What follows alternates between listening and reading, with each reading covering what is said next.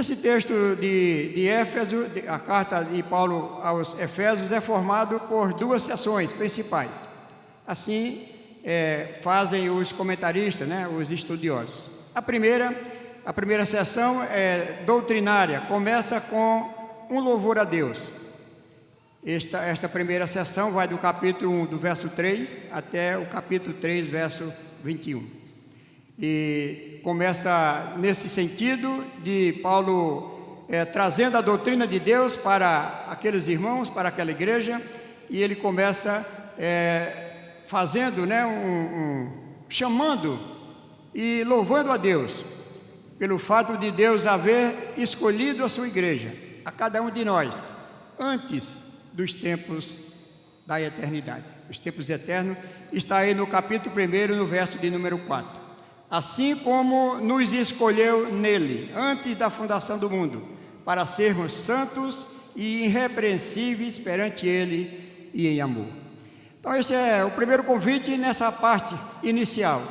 Quando da parte que nós vamos fazer a meditação, que é a partir do capítulo 4, dos versos 1 até o capítulo 6, o verso 20, contém uma série de exortação para o viver de acordo com a vocação e a fé cristã.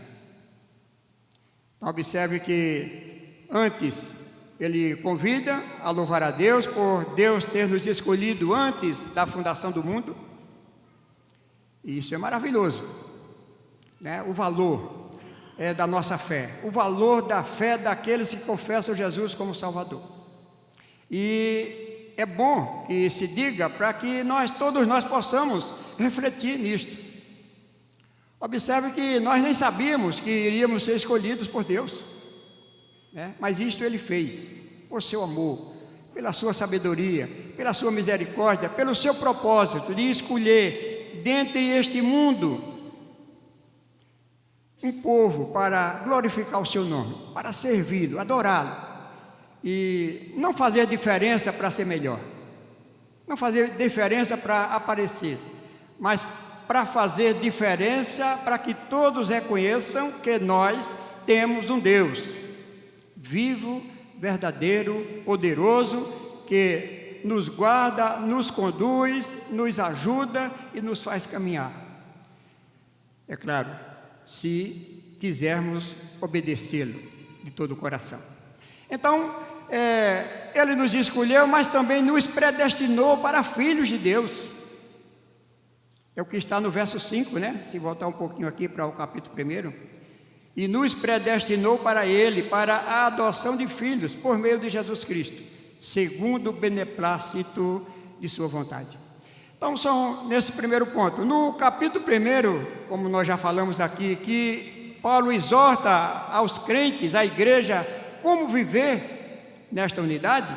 Então, no capítulo 1, no capítulo 4, verso 1, observe como é que diz: rogo-vos, pois, eu, o prisioneiro no Senhor, que andeis de modo digno da vocação a que fostes chamados.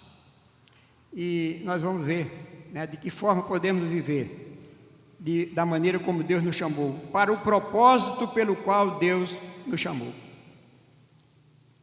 Podemos ver também Filipenses 1, 27, só adiantar um pouquinho aí, nessa breve introdução aqui. Filipenses 1, 27 diz assim: vivei acima de tudo de modo digno do Evangelho de Cristo, para que, Paulo disse, eu indo ver-vos, ou estando ausente, ouça no tocante a vós outros, que estáis firmes em um só espírito, lutando pela fé evangélica. E que, o verso 28, que nada estáis intimidado pelos adversários, pois o que é para eles prova evidente de perdição, é para nós outros de salvação, e isto da parte de Deus. Então é neste contexto, nesta exortação da palavra de Deus, que nós esperamos nele de poder tirar algumas lições, meus irmãos e meus ouvintes, para cada um de nós nesta noite. Então, no verso 1, como nós já citamos aqui, vivei. Rogo-vos, pois, eu, o prisioneiro no Senhor, que andeis de modo digno do Evangelho, ou de modo digno pelo qual você foi chamado. Então, observe, irmãos, que a vida cristã aqui, nesse contexto aqui, não é comparada ou ato, né, a um ato de correr ou de ficar parado. Quando Paulo escreveu aos Coríntios, ele disse que é para correr, mas para correr de forma digna, segundo as normas da palavra de Deus. Porque se alguém correr e não segundo as normas estabelecidas por Deus, segundo Paulo, 1 Coríntios 9, ele vai dizer que não receberá a medalha, não será aprovado. Então só será aprovado aqueles que correm segundo os mandamentos e as ordenanças de Deus, segundo as normas da palavra de Deus. Isso é para nós cristãos, é uma metáfora, é uma figura, é um exemplo. Como cristão, como podemos zelar, lutar pela unidade da igreja? Para que seja preservada e nós possamos viver unidos em comunhão, né? Então, ele diz aqui, não precisa correr, porque Paulo também disse quando escreveu aos Romanos, a vitória não é de quem corre, mas é daqueles que obedecem, que perseveram até o fim. Então aqui Paulo fala que nós precisamos andar, e andar significa, nem precisamos correr desesperados, porque temos um Deus que cuida de nós, temos um Deus que nos escolheu antes da fundação do mundo, no seu propósito, e temos esse mesmo Deus que tem o seu propósito para nós hoje, para a igreja de Deus. Então nós nem precisamos correr e nem precisamos ficar inativos, infrutíferos, parados, sem fazer nada. Mas precisamos correr segundo as normas, ou melhor, andar segundo as normas de Deus. E Paulo, no capítulo 1, no verso 18, Paulo diz assim, eu oro em uma tradição, oro. Ele diz assim, vamos voltar aqui só para os irmãos acompanharem, e os nossos amigos. Capítulo 1, verso 18. Iluminados os olhos do vosso coração para saberdes qual é a esperança do seu chamamento, qual é a riqueza da glória da sua herança nos santos. Por que Deus nos escolheu? Para que Deus nos escolheu? É claro e evidente que Ele nos escolheu para um trabalho, nos escolheu para um serviço, nos escolheu para honrar e glorificar o seu nome, mas também nos escolheu para nos tirar deste mundo e nos levar para a eternidade e recompensar cada alma que recebe Jesus como seu Salvador em uma herança eterna. Então é nisto que Paulo fala, né? Pense nisso, ande tranquilo, com calma, não se precipite, não se apavore, não pense que você não vai conseguir, porque você tem um Deus, nós temos um Deus que cuida, que nos conduz em toda a sua vontade. Então Paulo diz, olha, os olhos de vocês estão iluminados, para que vocês possam compreender no seu chamamento o que Deus tem preparado para cada um de nós. Mas se nós lermos o verso 19 ainda de Efésios capítulo 1, e o seguinte, veja como diz, e qual a suprema grandeza do seu poder para com os que cremos, segundo a eficácia da força do seu poder, o qual exerceu ele em Cristo, ressuscitando-o dentre os mortos e fazendo-o sentar à sua direita nos lugares celestiais. O verso 21, acima de todo principado e potestade e poder e domínio, e de todo nome que se possa referir, não só no presente século, mas também no vindouro. Então é este Deus, é este Jesus poderoso que Paulo está dizendo que Ele nos escolheu e Ele irá nos conduzir até o fim. Então não precisamos nem correr e nem ficar desanimados, parados ali como que não há solução para nós. Para quê? Paulo ainda continua dizendo aqui, né, no capítulo 5, verso 1 e 2. Eu quero deixar bem esses versículos, meus amados, e não apenas o comentário, porque é na palavra de Deus.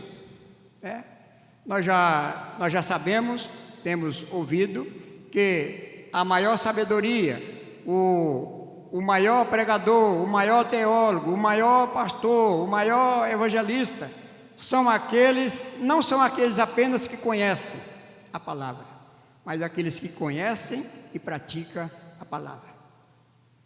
Então, pensemos nisto. E no capítulo 5, Paulo diz assim: sede, pois, imitadores de Deus como filhos amados, e andai em amor, como também Cristo nos amou e se entregou a si mesmo por nós, a Deus, como oferta e sacrifício a Deus em aroma suave. Então não precisamos correr, não precisamos ficar parados, mas precisamos viver essa vida tranquila e no amor de Cristo. E este amor de Cristo, ele deve ser estendido àqueles que também carecem do amor de Jesus Cristo. Para que andássemos, Paulo diz, de um modo digno de Deus, que vos chama para o seu reino e glória. E Pedro também nos diz assim: e o Deus de toda graça que em Cristo Jesus vos chamou, a sua eterna glória, depois de haverdes padecido um pouco, Ele mesmo vos aperfeiçoará, confirmará, fortificará e fortalecerá. Meus amados, tudo temos da parte de Deus a nosso favor, mas obedeçamos a palavra de Deus, porque essa palavra aqui, nós vamos ver daqui a pouquinho, e os irmãos já ouviram na leitura, não é apenas uma instituição ou algo, né, que é formado pelo nosso querer, pelo querer do homem, mas a igreja de Deus, ela é formada de homens e mulheres, pelos seres humanos, mas ela é conduzida pelo Espírito de Deus, ela é espiritual. E é nisto melhor dizendo, é nisto que está o valor da nossa fé, porque a nossa fé não é nossa mesmo, é dada por Deus. E Pedro diz então, ele confirmará, ele nos aperfeiçoará a viver dessa forma, ele confirmará a nossa fé vivendo assim, ele fortificará a nossa vida e ele fortificará a nossa ação, a nossa maneira de viver. Como o apóstolo João fala, né? Se andarmos na luz, como ele na luz está, temos comunhão um com os outros. Quer dizer, podemos viver na unidade de Cristo, porque o sangue de Jesus Cristo nos purifica de todo pecado. Então é nesse sentido que Paulo exorta, na sua parte de como viver os crentes, a partir do verso de número 1 do capítulo 4. A igreja, meus amados, como organismo, ela possui 3 atributos. Então vejam que Deus nos escolheu, não foi para ficar inativo, parado, não, foi para fazer algo. Então ela tem esses 3 atributos que são unidade, santidade e universalidade. Mas o que isso quer dizer? Vejamos.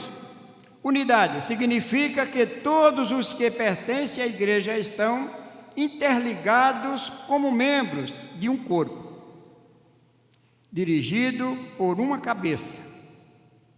Quem é? Cristo. Então, como é que essa unidade funciona? Funciona assim, que todos os cristãos são interligados como membros de um corpo, dirigido por uma cabeça, e esta cabeça é Cristo.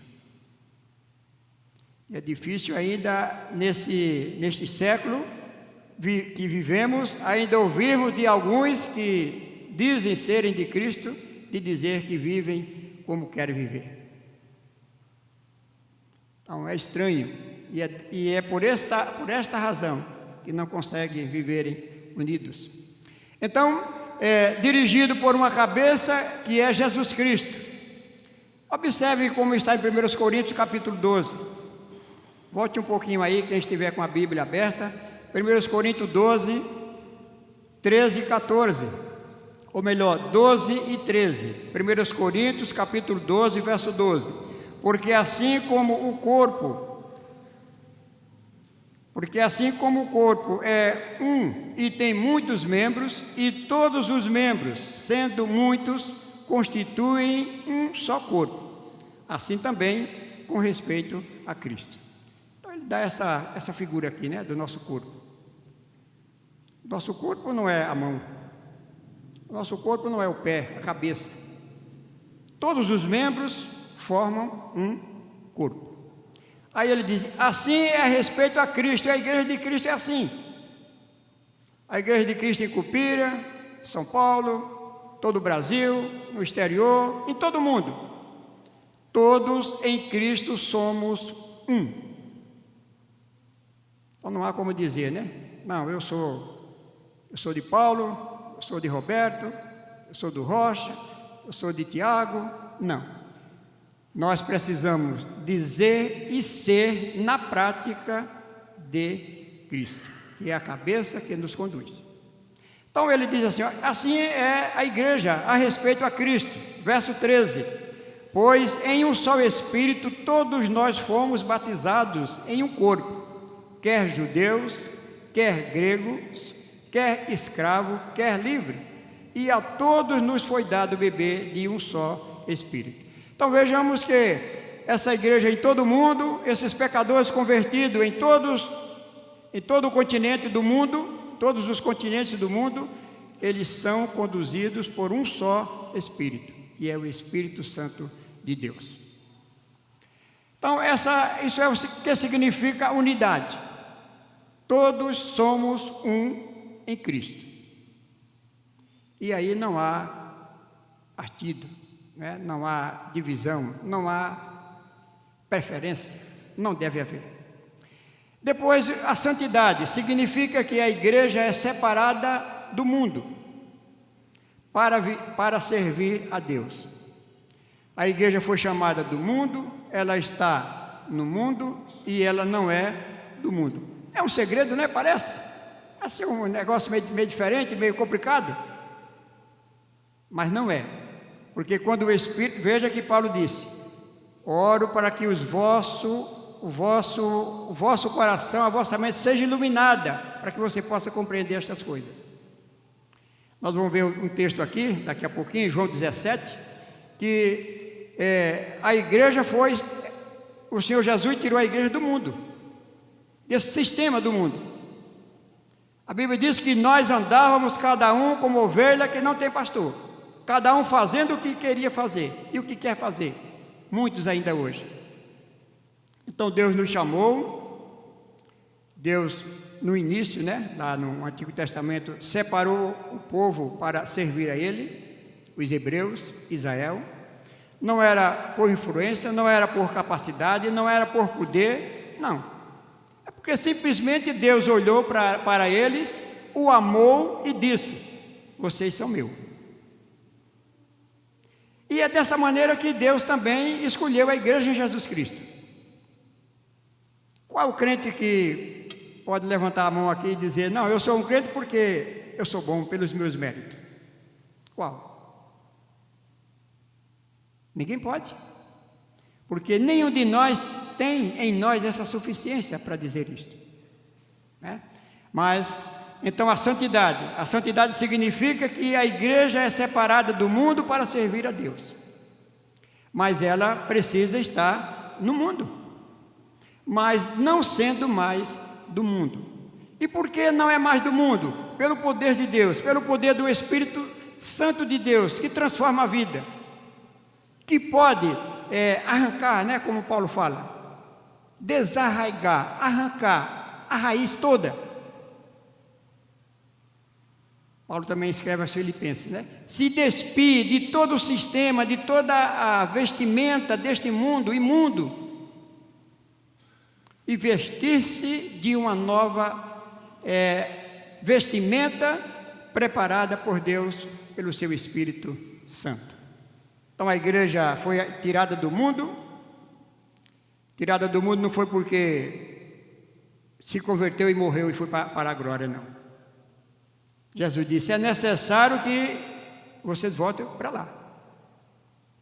E vai testemunhar lá, né? E provar para este mundo mau e perverso que se levantou e continua, levantado contra Deus. Dizer para eles que o meu poder faz esses homens aqui, que eram iguais a vocês, serem homens santos, irrepreensíveis e em uma conduta que glorifique o nome de Deus, como Paulo diz, da maneira para a qual Deus nos chamou pelo seu Evangelho. A unidade significa que a igreja compreende todos os crentes espalhados pelo mundo. Como já demos aqui uma dica, né? A unidade da igreja, ela é espiritual e foi criada pelo Espírito Santo. E a igreja é, portanto, um lugar de paz e harmonia, mesmo que às vezes não pareça ser assim. Conta uma história de alguém que foi visitar um hospício e quando chegou lá, vendo aquelas pessoas nas suas dificuldades, muitas pessoas lá e poucos trabalhadores ali, cuidadores, para cuidar daquelas pessoas. Então a pessoa ficou medrosa, né? Ficou assustada e perguntou: vocês não têm medo? Aqui, no meio dessas pessoas assim? Ele disse: não se preocupe, porque os loucos nunca se unem. Então tem momento que, pelo mau testemunho, pelos falsos profetas, por aqueles que se despiam da graça de Deus, que não conseguem viver controlado pelo poder do Espírito Santo de Deus, parece ser uma loucura, parece ser lugar de pessoas desequilibradas, mas não é, meus irmãos. A igreja, como Paulo diz aqui, a igreja é um lugar de paz, porque nela se preserva a paz, a unidade de Cristo. O Senhor Jesus mesmo disse: eu vos dou a minha paz, para que em mim vocês tenham a paz. Não é a paz do mundo, é a paz que eu dou a vocês. Então a igreja é um lugar de paz, um lugar de refúgio, um lugar que os loucos, os desesperados, os desprezados, os separados da sociedade, pela graça de Deus, são chamados e eles vêm e tornam-se em uma família de Deus. Mesmo com essa imensidão de pessoas, vindo cada uma com as suas ideias, cada uma com a sua formação familiar, teológica, profissional, cultural, tudo. Mas em Deus, pelo poder de Deus, essas pessoas são todas transformadas. E assim podemos viver em uma unidade, glorificando o nome do Senhor. Em unidade, em santidade e universalidade, sabendo que o nosso Deus é um Deus de todo o mundo, é o Criador de todo o mundo e é o dono de todo o mundo, e que o Senhor Jesus é o único Senhor, o cabeça, que conduz esses pecadores arrependidos. O texto que nós queremos comprovar o que nós estamos falando, não comprovar, mas dizer e ler para os nossos irmãos e amigos e ouvintes, está em João no capítulo 10, a partir do verso, João capítulo 17, a partir do verso 20. Observe como diz a palavra de Deus na oração sacerdotal do Senhor Jesus Cristo: não rogo somente por estes, mas também por aqueles que vierem a crer em mim, por intermédio da sua palavra, a fim de que todos sejam um, e como és tu, ó Pai, em mim e eu em ti, também sejam eles em nós, para que o mundo creia que tu me enviaste. O texto é bem longo aqui, até o verso 26, mas eu vou ler o 26. Tu lhes fez conhecer o teu nome, eu lhes fiz conhecer o teu nome, e ainda o farei conhecer, a fim de que todos, de que o amor que me amastes estejam neles e eu neles esteja. Veja que entrelaçado, que comunhão maravilhosa, meus irmãos. Cristo em Jesus, a igreja em Cristo. E a igreja em Cristo está tanto com o Pai, como também com o Filho. E com o Espírito Santo, que faz essa união maravilhosa. Então, é para refletir, meus amados, para refletir. O meu filho estava falando, conversando com um irmão, porque não podemos dizer que não é, dizendo, não, na minha igreja não vou para lugar nenhum. Da minha igreja nós não saímos para lugar nenhum. E justamente não saímos para lugar nenhum para não haver confusão. Não há contradição. Não há contradição. Que confusão? Confusão há para aqueles que não conhecem Deus. Confusão há para aqueles que não têm certeza em quem creu, ou não têm recebido um ensinamento correto e verdadeiro. Porque quando chegarmos lá no céu com essa obra maravilhosa de Deus, poderíamos falar assim, com esse trabalho de Deus, que não é trabalho, porque a Bíblia diz que Deus ama fazer isso, é de Deus fazer isso por nós.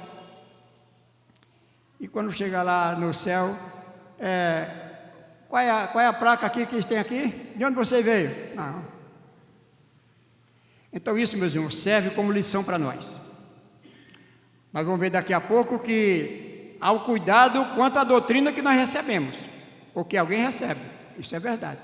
Mas para aqueles que recebem essa doutrina verdadeira de Deus, que tem o Pai, o Filho e o Espírito Santo, trabalhando e nos conduzindo e conduzindo a igreja de Deus, nela não deve haver confusão. Deve haver o quê? Alegria, gozo e paz. Vamos caminhando aqui.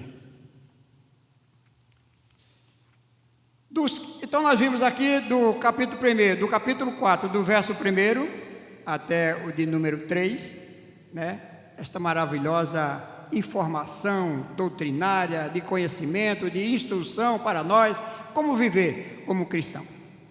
A partir do verso 4 ao 6, nós vamos ver aqui a base onde está firmada a base da unidade, ou a bênção da unidade. Vejamos, há somente um corpo. Vou voltar aqui para o capítulo 4 e o verso de número 4 de Efésios. Você pode acompanhar aí também conosco. Capítulo 4, verso 4. Há somente um corpo. Então veja bem, começa: há somente um corpo, a igreja constituída por judeus e gentios. Naquele tempo Paulo estava falando justamente isso. Então os judeus pensavam que a salvação era só para eles, e os gentios era como que estivesse ali menosprezados e desprezados, sem esperança. Paulo vai falar aqui que eles viviam sem esperança e sem Deus no mundo. Mas agora, nesta unidade, neste corpo, melhor dizendo, este corpo é a igreja, e ela é constituída por judeus e gentios.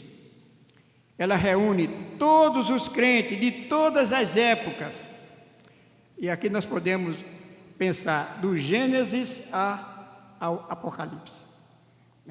Então, todos os tempos, todas as épocas, podemos usar vários termos, se quiséssemos usar. E como temos usado? Teológicos.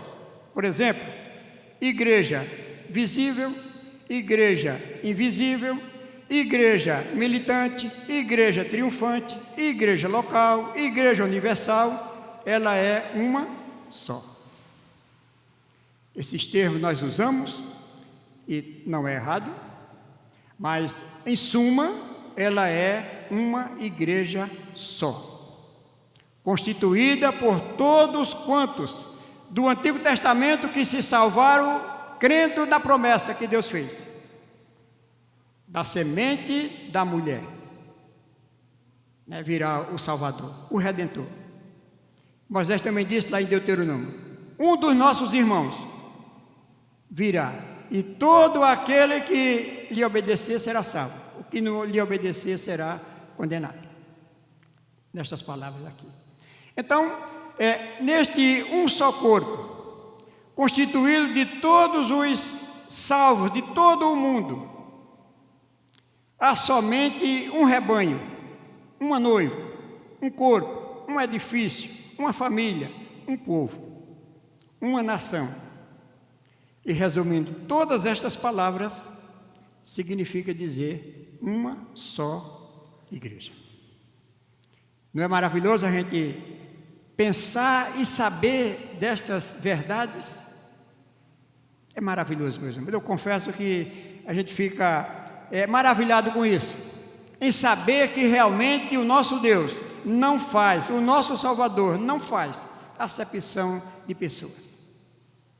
Mas o que lhe é agradável é que todos lhe obedeçam, como disse Pedro na casa de Cornélio. Então, mas vamos ler 2 textos aqui. João capítulo 10, os versos 15 e 16, que está escrito assim: assim como o Pai me conhece a mim, e eu conheço o Pai, e dou a minha vida pelas ovelhas. Ainda tenho outras ovelhas, não deste aprisco. A mim me convém conduzi-las. Elas ouvirão a minha voz, então haverá um rebanho e um pastor. É bom que todos nós concordemos, meus amados, com isso, com essa verdade maravilhosa, né? O Senhor Jesus, eu conheço o Pai me conhece, eu dou a minha vida por essas ovelhas e eu vou arrebanhá-las, aquelas que ainda não estão desse aprisco. Lá eram os judeus e os gentios. Então, aqueles que ainda não são desse aprisco, me convém arrebanhá-las. E eu estou no meio delas. E nós estamos também no meio delas. Aquelas ovelhas que Jesus disse que ainda me convém arrebanhá-las.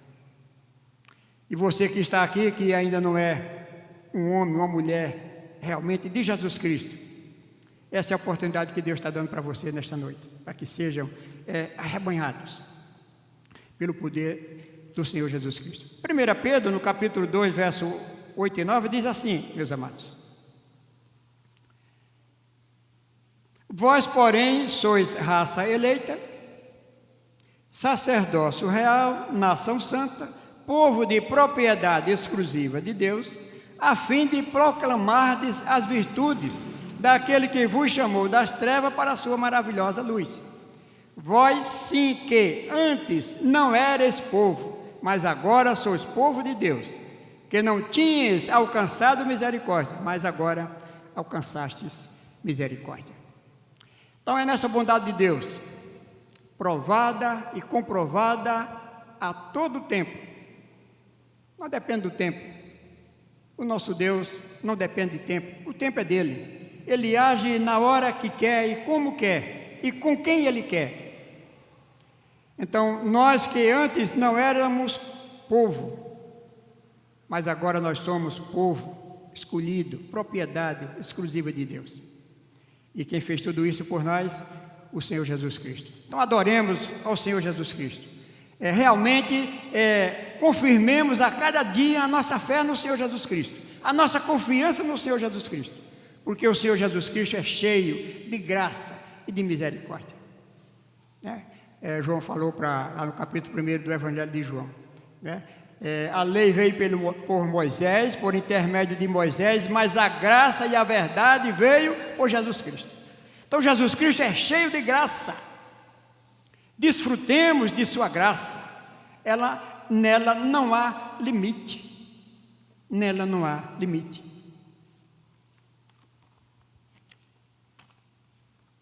Há somente um Espírito. Há somente um Espírito, a terceira pessoa da Trindade, e todos os que fazem parte da igreja são habitados e estão ligados por este Espírito. E você pode observar na sua Bíblia aí, Romanos 8 e 9, né? O Espírito não está com a letrinha minúscula, não. É Espírito Santo de Deus. É tanto que Paulo, escrevendo aos Romanos, no capítulo 8, verso 9, ele diz: vós não estáis na carne, mas no Espírito, se de fato o Espírito Santo de Deus habita em vós. Porque se alguém não tem o Espírito Santo de Deus, este tal não é dele. Então não dê valor a qualquer espírito. A Bíblia diz que nós devemos examinar os espíritos, se ele é de Deus ou não. Pois todos nós fomos batizados em um só Espírito, formando um só corpo, quer judeus, quer gregos, quer servos, quer livres, e a todos nós nos foi dado beber de um só Espírito. Nós já lemos esse texto, né? 1 Coríntios 12, 12 e 13. Este aqui é 1 Coríntios 12, verso 13. A todos nós nos foi dado beber de um único, de um só Espírito. Há também, meus amados, uma só esperança da nossa vocação. A nossa vocação, ou chamado, ou conversão, né? Acontece de forma eficaz e completa para a salvação. É tanto que aqui nós não questionamos, nós não condenamos, mas nós exortamos e nós esclarecemos a você que porventura tem essa dúvida aqui. Quando a Bíblia diz da vocação, quer dizer que você foi chamado. Mas quem foi chamado foi convertido. Quem foi convertido foi salvo. E as pessoas ainda duvidam, né? Não, eu não posso dizer que estou salvo. Quem pode dizer que está salvo? Mas se alguém ainda pensa assim, é porque não conhece o poder de Deus. Não conhece o senhorio do Senhor Jesus Cristo. Não conhece o poder do Espírito Santo que te dá vida. Mas você está ouvindo um pouquinho da palavra de Deus e certamente servirá para você fortalecer o seu coração. Romanos capítulo 8, verso 29 e 30. Vamos ler esse texto também. Diz assim: porquanto aos que de antemão chamou, ou melhor, conheceu, também os predestinou para serem conforme a imagem de seu Filho, a fim de que ele seja o primogênito entre muitos irmãos. E aos que predestinou, a esses também chamou, e aos que chamou, a esses também justificou, e aos que justificou, a esses também glorificou. Ninguém, como já falamos anteriormente, ninguém recebe a coroa se não correu legitimamente. Ninguém receberá a coroa se não correu conforme as normas. Ninguém será glorificado, ninguém receberá a coroa da vida se não for salvo. Confie na palavra de Deus. Confie nisso. Veja que mensagem maravilhosa. Aos que predestinou, nós lemos no início. Deus nos escolheu antes da fundação do mundo para a nossa salvação e nos predestinou para Ele, para sermos filhos de Deus. O apóstolo João, quando escreveu o Evangelho, ele disse: filhos a todos aqueles que o receberam, o Senhor Jesus como Senhor e Salvador. Então, há somente um corpo, há somente um Espírito, há somente uma esperança da vossa vocação. A nossa vocação, ou chamado, como já falamos aqui, né? Então trata-se da perfeição espiritual, da glorificação, da perfeita estatura de Cristo. Como falamos, ninguém será glorificado não sendo salvo. E veja no capítulo 4, né, de Efésios, verso 13, diz assim: até que todos cheguemos à unidade da fé e do pleno conhecimento do Filho de Deus, a perfeita varonilidade, à medida da estatura da plenitude de Cristo. Então, um só corpo, uma só esperança. Um só Senhor. E aí nós já estamos caminhando aqui para a última parte. Um só Senhor. Observe que no verso de número 5, de Efésios capítulo 4. Um só Senhor, uma só fé, um só batismo. Então, um só Senhor. Há um só Senhor, Jesus Cristo. Esta é a confissão básica do cristão.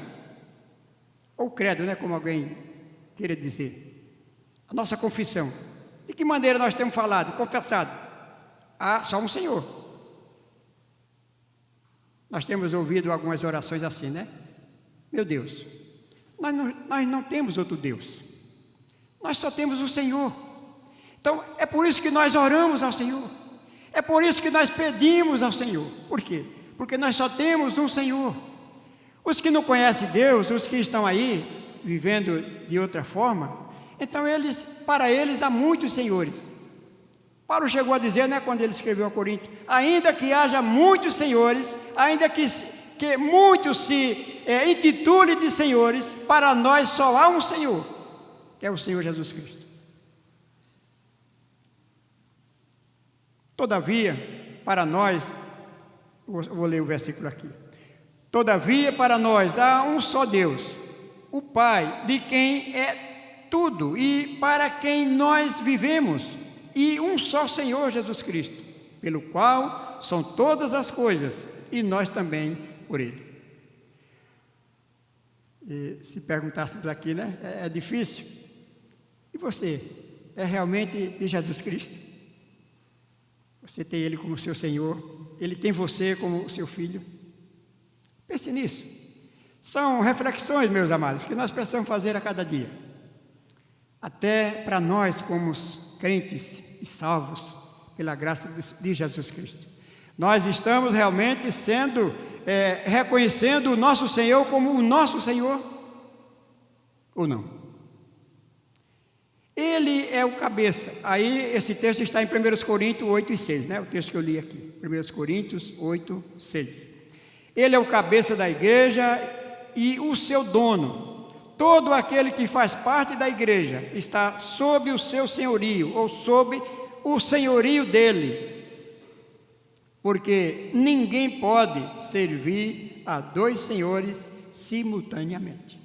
Ou simultaneamente servir a dois senhores. O Senhor Jesus, falando lá em Mateus, no capítulo 6, verso 24. Ninguém pode servir a dois senhores. Porque você vai aborrecer. Você vai aborrecer a eles.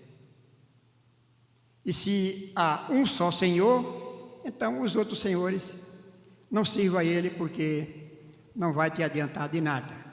Porque você e os outros senhores irão prestar conta ao único Senhor. Então é melhor que você vá primeiro ao dono, fale com o dono. Fale logo com o Senhor, que é o único, porque Ele é o Senhor dos senhores. Ele é o cabeça da igreja, é o dono dela, porque ninguém pode servir a dois senhores, como o Senhor Jesus falou.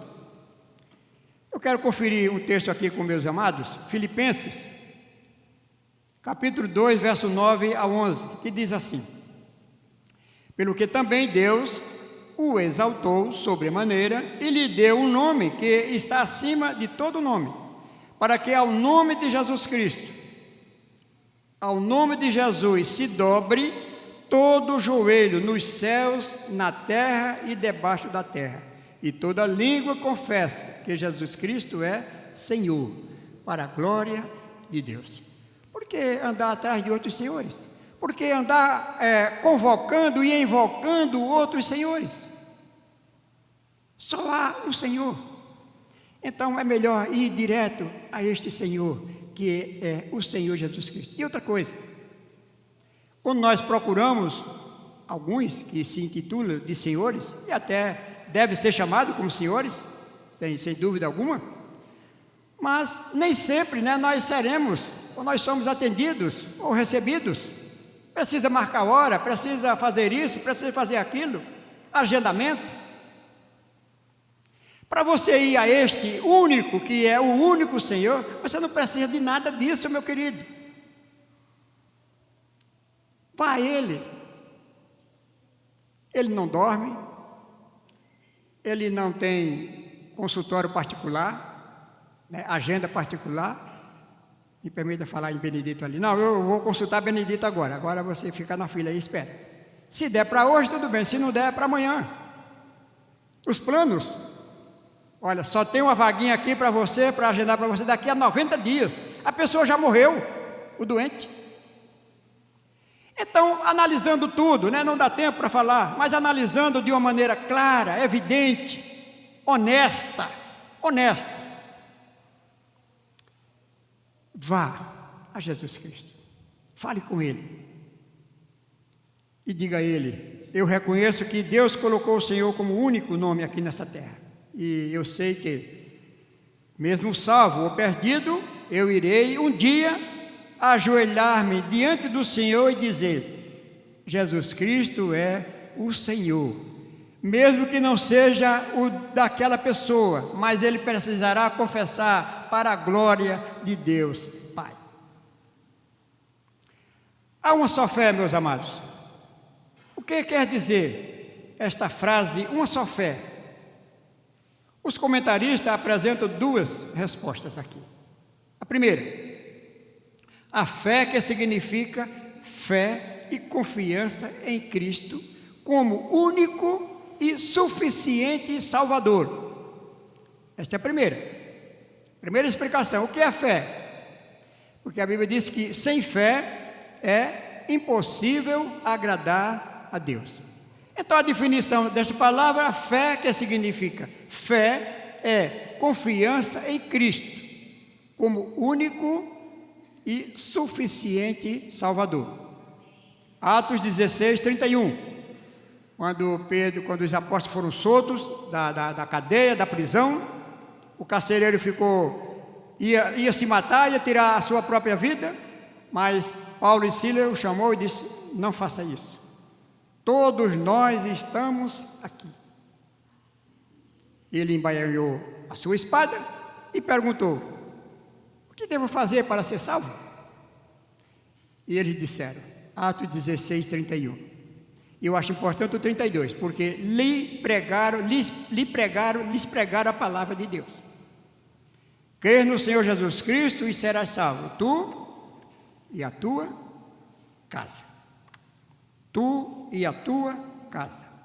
Porque ninguém pode lançar outro fundamento, além daquele que já foi posto por Deus, o qual é Jesus Cristo. 1 Coríntios 3 e 11. A segunda resposta: o que é fé? Qual é o valor da fé? A segunda resposta a esta resposta é quanto ao cuidado que alguém precisa ter. Qual é o ensinamento? Qual é a doutrina que você está ouvindo e que você está recebendo? Você viu o exemplo daquela irmã, né? Não podemos sair daqui, porque se sair daqui dá confusão. Qual a doutrina que você tem recebido? Qual é a instrução que você tem recebido? E sendo, no caso, da parte de Deus, não é da Bíblia. Alguém que está ensinando a Bíblia, está instruindo você.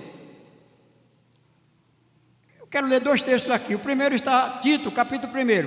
E é bom que prestemos bem atenção, guardemos bem na nossa mente isso aqui, essas verdades. Tito 1, 13 e 14 diz assim: tal testemunho é exato, portanto repreende-o severamente, para que sejam sadios na fé, e não se ocupe com fábulas judaicas, nem com mandamentos de homens, desviado do que? Da verdade.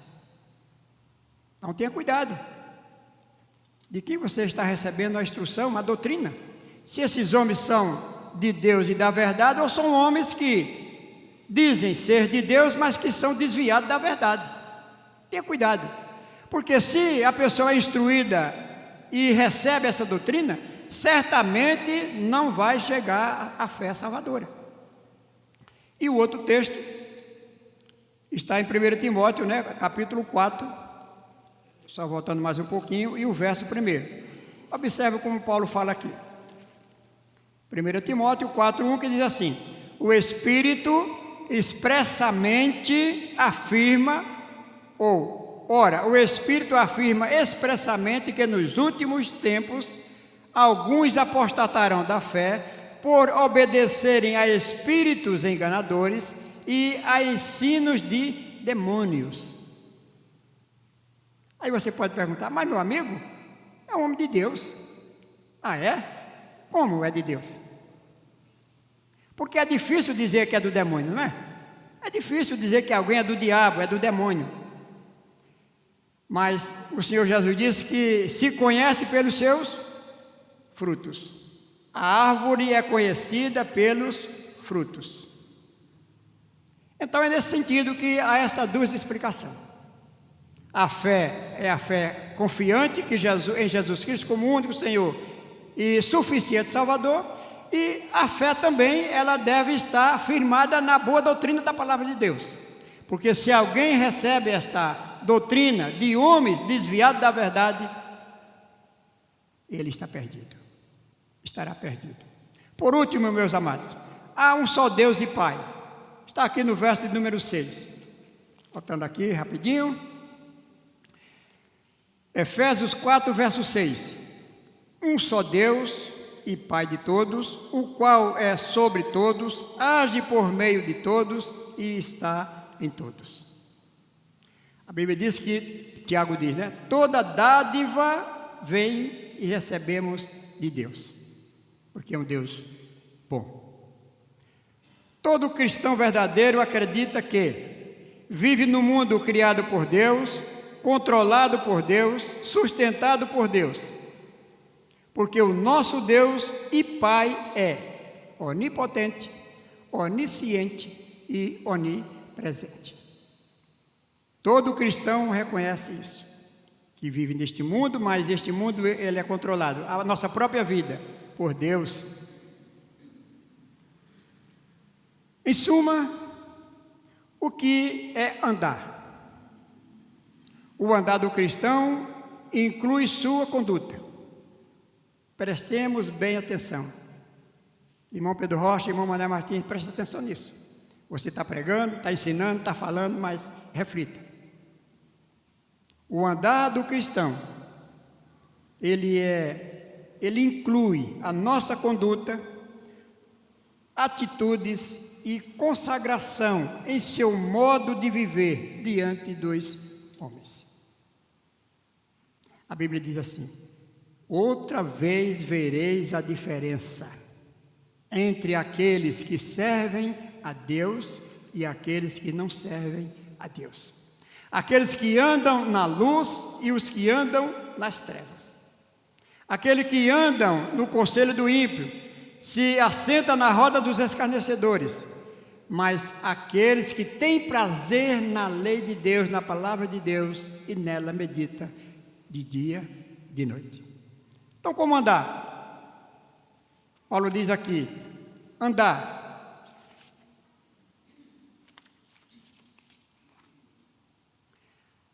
Andar no Espírito e jamais satisfará os desejos da carne. Como é que escapamos da nossa própria natureza, do nosso próprio querer, daquilo que eu gosto, daquilo que eu amo, daquilo que eu tenho prazer? Ande no Espírito, ande no controle do Espírito Santo de Deus, porque se fizer isso, jamais a carne irá agir, porque o Espírito de Deus pode todas as coisas. Gálatas 5, verso 16. Deus preparou as boas obras para que andássemos nelas. Por quê? Porque somos feitura dele. Deus nos criou para isto. Efésios 2 e 10. Ande em boas obras. Não corra, não pare, não desanime. Ande firme, constante, perseverante, para preservar a unidade da igreja, a sua santidade, a sua universalidade. Efésios 2 e 10. Andeis de modo digno da vocação que fostes chamados. Já lemos aqui no capítulo 4, verso 1. Andai em amor, como também Cristo vos amou e se entregou a si mesmo por nós, em sacrifício a Deus, em cheiro suave. Não pense que a vida cristã é um peso. Não pense que a vida cristã é um sacrifício que você não pode suportar. A vida cristã é um privilégio de você usufruir e receber as bênçãos de Deus, porque você sabia? Deus manda as suas bênçãos, né? O Senhor Jesus diz assim: nosso Pai manda chuva para os bons e os maus. Mas a salvação Deus manda, mas a maioria rejeita e não quer. Então, observe que Deus cuida dos seus com bênçãos especiais, exclusivas para nós, para você. Não se orgulhe por isso, porque não é porque nós merecemos, é porque para aqueles que servem ao Senhor, Deus é justo e recompensa, e dá bênção, e dá proteção, especialmente, né, da garantia da salvação.